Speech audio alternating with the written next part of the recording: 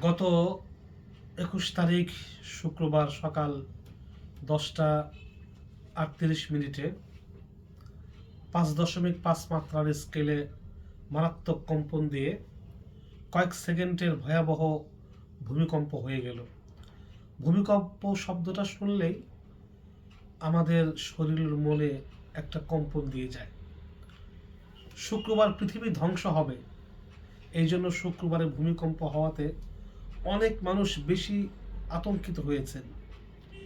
এই ছোট ভূমিকম্প আমাদেরকে কিয়ামতের কথা, আল্লাহ পাকের মহান ক্ষমতার কথা স্মরণ করে দিয়ে গেল। মাত্র কয়েক সেকেন্ডের ভিতরে আল্লাহ পাক রব্বুল আলামিন সারা পৃথিবীকে ধ্বংস করতে পারেন, ধ্বংস করবেন, এটা তার পক্ষে সম্ভব, এটা দৃষ্টান্ত স্থাপন করে দিয়ে গেল। এমনকি নাস্তিকরাও এই বিষয়টা বিশ্বাস করে, মাত্র কয়েক সেকেন্ডের ভিতরে আল্লাহ পাক সারা পৃথিবীকে ধ্বংস করে দিতে পারেন। কোরআনে কারিমে আল্লাহ পাক রব্বুল আলামিন সেই কথাগুলো উল্লেখ করেছেন। যেমন সূরা জিলজালের মধ্যে আল্লাহ পাক বলেন, ইযা জুলজিলাতিল আরদু জিলজালাহা, যখন ঝাঁকুনি দিয়ে সারা পৃথিবী প্রকম্পিত হবে, অর্থাৎ ভূমিকম্পের কথা আল্লাহ পাক বলেছেন। সূরা ওয়াকিয়ার মধ্যে আল্লাহ পাক বলেন, ইযা রুজ্জাতিল আরদু রাজ্জা, যখন পৃথিবী প্রবল কম্পনে প্রকম্পিত হবে। সূরা ফাজরের মধ্যে আল্লাহ পাক বলেন, কাল্লা ইযা দুক্কাতিল আরদু দাক্কান দাক্কা, সাবধান যখন পৃথিবী চূর্ণ বিচূর্ণ হবে। এইভাবে আল্লাহ পাক রব্বুল আলামিন কোরআনে কারিমে অনেক সূরার মধ্যে ভূমিকম্পের কথা উল্লেখ করেছেন। ভূমিকম্প কি ও কেন ঘটে? ইসলামী পরিভাষায় ভূমিকম্প হলো আল্লাহ পাকের হুকুমে পৃথিবী ধ্বংস হওয়া, সবাইকে তার কাছে ফিরিয়ে যাওয়ার একটা বার্তা। বিজ্ঞানীদের ভাষায় অনেক বিজ্ঞানী অনেকভাবে ভূমিকম্পের ব্যাখ্যা করেছেন। যেটাই হোক, বিজ্ঞানীদের পরিভাষায় ভাষায় যেটাই হোক, আল্লাহ পাকের তরফ থেকে মুসলমানদের জন্য ওইটাই হলো ভূমিকম্প। দলিল দেখুন, পৃথিবী সৃষ্টি করার পরে পৃথিবী এদিকে সেদিক হেলতে দুলতে থাকে বা হেলতে দুলতে ছিল। আল্লাহ পাক রব্বুল আলামিন এগুলোর স্থিতির জন্য পৃথিবীতে পাহাড় পর্বতকে পেরেক হিসাবে গড়ে দিলেন। কোরআনে কারিমে আল্লাহ পাক ইরশাদ করেন, ওয়াল জিবালা আওতাদা, যে আমি পাহাড় পর্বতগুলোকে পেরেকের মতো করে গড়ে দিয়েছি। পাহাড় পর্বতকে স্থাপন করার পরে পৃথিবী স্থির হয়ে যায়, আর হেলে না বা দুলে না, হেলাদোলা বন্ধ হয়ে যায়। সুতরাং পৃথিবী প্লেটের উপরে আসে, গ্যাস কমে গেলে বা বেড়ে গেলে হেলে দুলে ইত্যাদি, এসব কথা মুসলমানদের জন্য নয়, এটা কাফের বেঈমানদের জন্য, বিধর্মীদের জন্য। বিজ্ঞানীদের ব্যাখ্যা সেটা। মুসলমানদের জন্য হলো আল্লাহ পাক আমাকে আপনাকে একটা সংকেত দিয়েছেন, অপকর্ম ছাড়ো, দেখো এইভাবে পৃথিবী ধ্বংস হয়ে যাবে, তোমরা তোমরা যে কোনো মুহূর্তে ধ্বংস হবে, এই জন্য তোমরা আমার দিকে ফিরে আসো। এটা আল্লাহ তাআলার পক্ষ থেকে একটা বার্তা, আল্লাহ পাকের পক্ষ থেকে সতর্ক বাণী। ভূমিকম্প কি? কয়েকটি বিষয় রয়েছে। যেমন 1 নাম্বার, ভূমিকম্প হলো আল্লাহ পাকের কুদরত বা নিদর্শন। কোরআনে কারিমের সূরা বানী ইসরাঈল আল্লাহ পাক রব্বুল আলামিন বলেন, ওমা নুরসিলু বিল আয়াতি ইল্লা তাখফীফা, আমি মাঝে মাঝে শাস্তি দেওয়ার জন্য নিদর্শন তোমাদের কাছে প্রেরণ করি। ভূমিকম্প হলো আল্লাহ তাআলার পক্ষ থেকে একটা সতর্ক বার্তা বা নোটিশ, একটা সতর্ক বার্তা বা নোটিশ। আল্লাহ পাক রব্বুল আলামিন আমাদেরকে সতর্ক করছেন, আল্লাহ পাক আমাদেরকে সতর্ক করছেন। সূরা সূরাতে আল্লাহ পাক বলেন, ওমা আসাবাকুম মিন মুসিবাতিন ফাবিমা কাসাবাত আইদিকুম ওয়া ইয়াফু আন কাসীর, যে আল্লাহ তাআলার পক্ষ থেকে ফিরে আসার জন্য তোমাদেরকে তোমাদের কৃতকর্মের কারণেই এই ভূমিকম্প প্রদান করা হয়, যাতে তোমরা ফিরে আসো। 3 নম্বর, ভূমিকম্প আল্লাহ তাআলার পক্ষ থেকে একটা শাস্তি ও পরীক্ষা।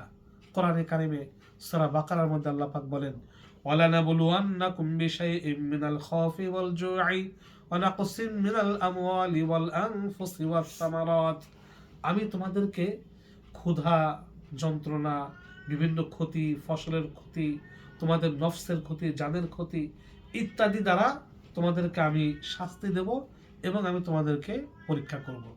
4 নম্বর, ভূমিকম্প আল্লাহ পাকের একটা মহা শক্তির বহিঃপ্রকাশ বা পরিচয়। ভূমিকম্পের মালিক, কেয়ামতের মালিক একমাত্র আল্লাহ। মহানবী সাল্লাল্লাহু আলাইহি সাল্লাম বলেন, যে পর্যন্ত অধিক পরিমাণে ভূমিকম্প না হবে সে পর্যন্ত কেয়ামত হবে না। কেয়ামতের পূর্বাভাগেই আল্লাহর তরফ থেকে বিভিন্ন রকমের বিভিন্ন জায়গাতে ভূমিকম্প হবে। তো ভূমিকম্প আল্লাহ পাকের তরফ থেকে একটা শক্তি।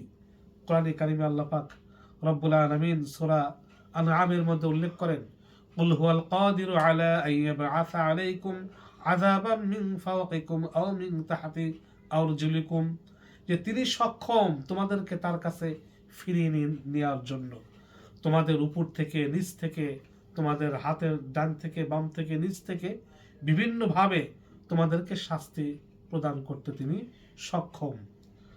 ভূমিকম্প সাধারণত কখন বেশি হয়?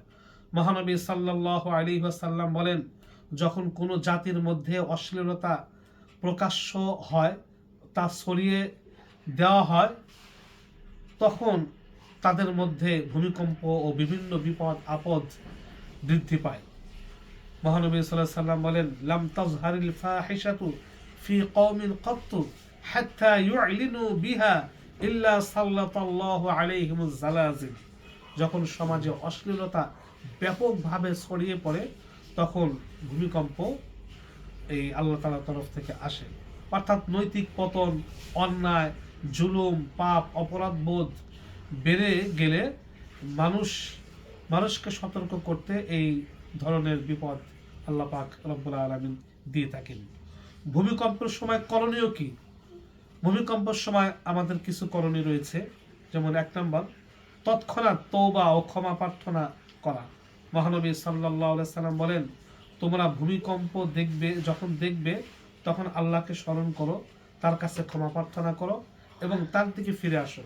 قال النبي صلى الله عليه وسلم إذا رأيتم الزلازل فاذكروا الله واستغفروه وتوبوا إليه।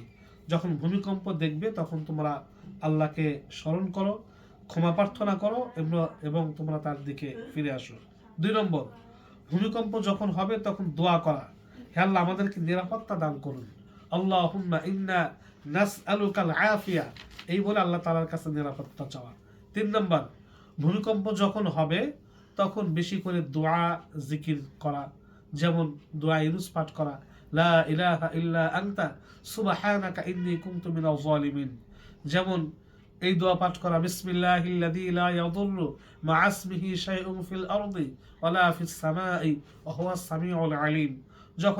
যেমন এই দোয়া পাঠ করা, আল্লাহু আকবার লা হাওলা ওয়ালা কুওয়াতা ইল্লা বিল্লাহ। এই দোয়া পাঠ করা, যেমন হাসবুনাল্লাহু ওয়া নি'মাল ওয়াকিল। যখন যে দোয়া মনে আসে বা যেটা জেহেনে থাকে সেই দোয়াটা পাঠ করা। 4 নম্বর, ভূমিকম্পের সময় সিজদা করা বা সিজদায় চলে যাওয়া বা নামাজে দাঁড়ানো। মহানবী সাল্লাল্লাহু আলাইহি সাল্লাম যখন কোনো মুসিবতে আক্রান্ত হতেন তখন তিনি নামাজে দাঁড়িয়ে যেতেন। তাই ভূমিকম্পের সময় সিজদায় চলে যাওয়া বা নামাজে দাঁড়িয়ে যাওয়া। 5 নম্বর, গুনাহ থেকে ফিরে এসে তওবা করা, ভূমিকম্প ক্ষতিগ্রস্তদের সাহায্য সহযোগিতা করা এবং দরিদ্র মিসকিনদের প্রতি দয়া করা, দান সদকা করা। হযরত ওমর ফারুক রাদিয়াল্লাহু আনহু যখন ভূমিকম্পের খবর জানতে পারতেন তখন গভর্নরদের কাছে চিঠি প্রেরণ করতেন যে তোমরা দান সদকা করার নির্দেশ প্রদান করতেন। বর্জনীয়, ভূমিকম্পের সময় আমাদের কিছু বর্জনীয় বিষয় রয়েছে। যেমন ভূমিকম্প হওয়ার পরে বা হওয়ার সময় আতঙ্ক ছড়ানো, গুজব ছড়ানো ইসলামী নিষেধ। আল্লাহকে গালি দেওয়া, কোনো কুফরি কথা না বলা, অনেককে ধাক্কা দিয়ে ফেলে দিয়ে নিজে বাঁচার চেষ্টা না করা, ভূমিকম্পের পর তওবা করা, বেশি বেশি ইস্তেগফার করা, ধ্বংস না হওয়াতে শুকরিয়া জ্ঞাপন করা, দান সদকা করা, আল্লাহর বিধান মেনে বাকি জীবন সৎভাবে চলার প্রতিজ্ঞা করা। ভূমিকম্পের পর উচিত ছিল আল্লাহর শক্তি সম্পর্কে আলোচনা করা। তার দিকে ফিরে যাওয়া, অথচ আলোচনা হয় বা হচ্ছে বিজ্ঞান ভূমিকম্প থেকে কিভাবে বাঁচাবে, কিভাবে বিল্ডিং বানালে বাঁচা যাবে, অথচ কোনো বিল্ডিং বা কোনো উপকরণ বাঁচানোর মালিক নয়, বাঁচানোর মালিক একমাত্র আল্লাহ। তা আল্লাহর দিকে ফিরে আসা, জিনা ব্যভিচার সমাজ থেকে রোধ করা, কারণ এটার জন্যই ভূমিকম্প বেশি হয়। দেখুন বর্তমানে হোটেলে হোটেলে জেনা, ক্লাবে ক্লাবে জেনা হচ্ছে, বাড়ি বিভিন্ন অনেক বাড়িতে বাড়িতে জেনা হচ্ছে, বাংলাদেশের থেকে অনেক অশ্লীলতা বিভিন্ন জায়গায় ছড়িয়ে দেওয়া হচ্ছে। তাই জেনা ব্যবসার থেকে অবশ্যই অবশ্যই বিরত থাকা, সমাজকে বিরত রাখা। ভূমিকম্পের সময় আমাদের কিছু করণীয়, কিছু ভুল সমূহ রয়েছে। যেমন ভূমিকম্পের সময় দৌড়ে সিঁড়ির দিকে যাওয়াটা ভুল। স্ট্রাকচারাল রিসার্চ অনুযায়ী নিচের তলা ধসে পড়লে উপরের তলা সরাসরি সিঁড়ির উপরে ভেঙে পড়ে, তাই সিঁড়িতে না যাওয়া। বারান্দায় না যাওয়া, লিফটে না যাওয়া, লিফট সিঁড়ি পড়ে বা বারান্দার রেলিং ভেঙে পড়ে মৃত্যু হতে পারে। মজবুত খাটের নিচে, মজবুত ডাইনিং টেবিলের নিচে বা দেয়ালের কোণে বা পিলারের সাথে এক কোণে বসে বসে আল্লাহকে ডাকা। সম্ভব হলে মজবুত বালতি বা হেলমেট বা মজবুত ঝুড়ি ইত্যাদি মাথায় দিয়ে বসে বসে আল্লাহকে স্মরণ করা। বিল্ডিং এর প্রথম বা দ্বিতীয় তলায় থাকলে সহজে বের হওয়া যায়, বের হওয়ার সুযোগ থাকলে বের হওয়া, বের হয়ে খোলা মাঠে ময়দানে অবস্থান করা, চলে যাওয়া। ভূমিকম্প শুরু হলে অবশ্যই দরজা খুলে রাখা, যাতে আগে পরে সব ভেঙে গেলেও বের হওয়া যায় বা উদ্ধারকারীরা সাহায্য করতে পারে বা আসতে পারে। যদি দ্রুত সিঁড়ি দিয়ে নামা যাবে মনে হয় তাহলে নামা, নচেত ঘরে এক কোণে অবস্থান করা। চিৎকার না করে জিকির দোয়া করা, আজান দেওয়া, বিছানার পাশে জুতা, হেলমেট, টর্চ লাইট ইত্যাদি উপকারী বা সাহায্যকারী বস্তু রেখে দেওয়া।